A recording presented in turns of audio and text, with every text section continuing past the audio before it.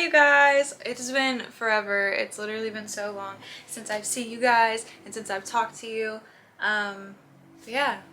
Hi. I missed you guys so much and I'm back. 2 videos a week. I'm gonna say that now so I don't have to say it at the end of the video. But yeah. I kind of just wanted to like sit down and tell you guys about how my life has been going and why I have been gone for so long. As most of you guys know, I was planning on staying consistent on YouTube a few months back and then I just fell off. That is due to a lot of things. I feel like 2023, I was really excited about this year and I thought it was going to be something completely different than what it is. Yeah, life has been lifing. Guys, life has really been lifing. Not to say that 2023 isn't still going to be an amazing year, because it is for all of us, I'm sure, but it definitely had some curveballs in the beginning of the year. I'm very honest with you guys in what I'm going through usually, so I did enter a little like situationship a few months back, and that knocked me off my game. It knocked me off my game and it distracted me from the things that were really important, hence my social media and my posting and myself even. I lost myself a lot, which kind of goes into what I wanted to talk to you guys about today, which is situationships.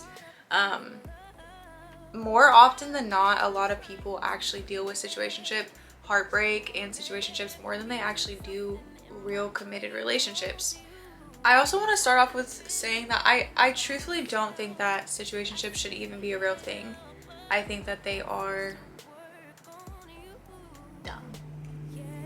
I said it, don't fight me on it, but I do think they're just so, I think they're so not necessary. You know, I feel like when two people, if they meet and they really like each other and they get to know each other to a good point, that there should be no reason why commitment isn't in the picture. Usually it happens when one person has commitment issues and the other person is kind of ready for a relationship, which always leads to the person that is ready.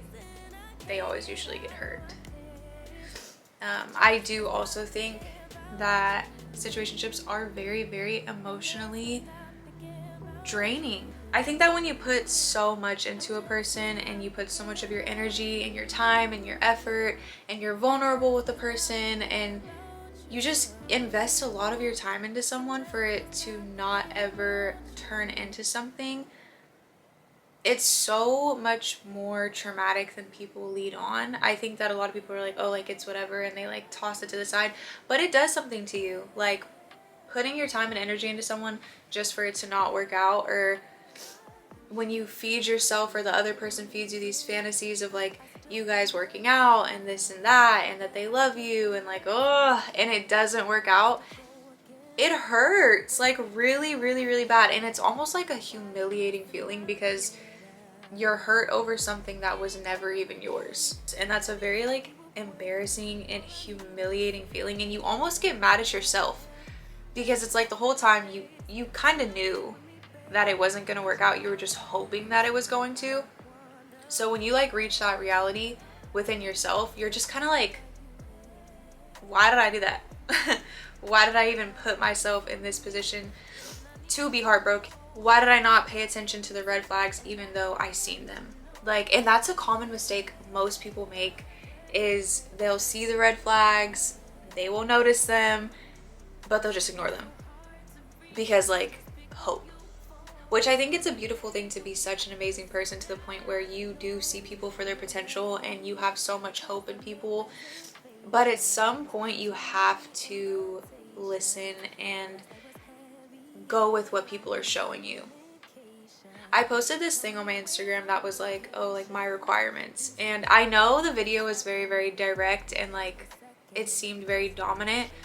But everything that I said in the video was like 100% true. And a lot of people will be like, oh, Kyah, like you have such high standards.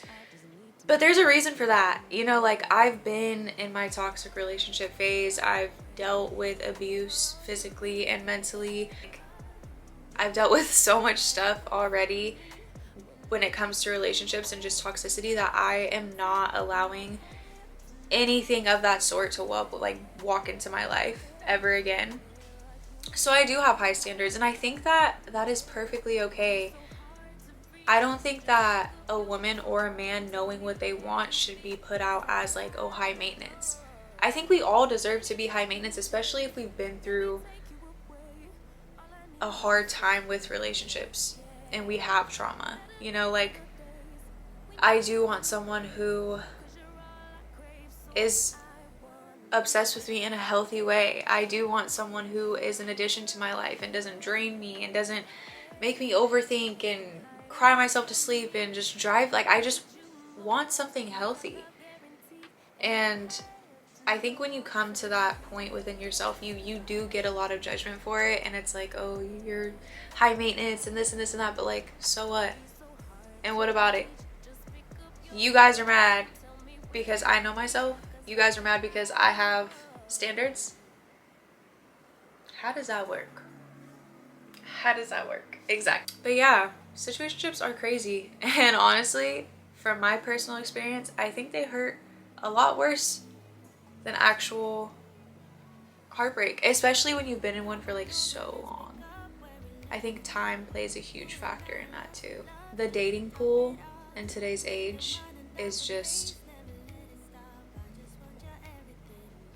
it's disgusting. It's sad. And it's like, there's so many people who are like, oh, there's so many fish in the sea. There's actually not. And I don't know if the good ones are just like hiding somewhere. I don't know if they're just like tucked off somewhere, but they need to come out and save some of us who are ready for like actual love, because whew, it is ugly out here, you guys. Wow. I think being a good person in this generation is so risky. And it's like, I preach with my content. I'm always like, don't let your heartbreaks make you cold, and don't let the things that you've been through change you into this monster that you're not. And I still stand really heavily on that. But it's so hard, like even coming from me, like it's really, really hard to still have a good heart and put your heart out there so effortlessly when all you do is like continue to get hurt. It is a very like demoralizing feeling, and it sucks. But I truly believe that each and every one of you guys who does have a good heart and who does reach the end of the earth for people, like, you know, like myself, like, I do think that we will come across a genuinely beautiful, beautiful, beautiful love one day. Hopefully. You guys, I don't have any more talking stages left in me. I really don't. It's so like, I'm like an empath. I am an empath, so I get drained by things really, really easily. And it's like, I have to be so careful with what I put my time and my energy into, who I put my time and energy into, if it's valuing me, because I get drained so easily. Like, I get tired and exhausted like mentally so easily, so I have to be very cautious of what I allow into my life. I think the older that you get, you just start taking things so much more serious than when you were younger.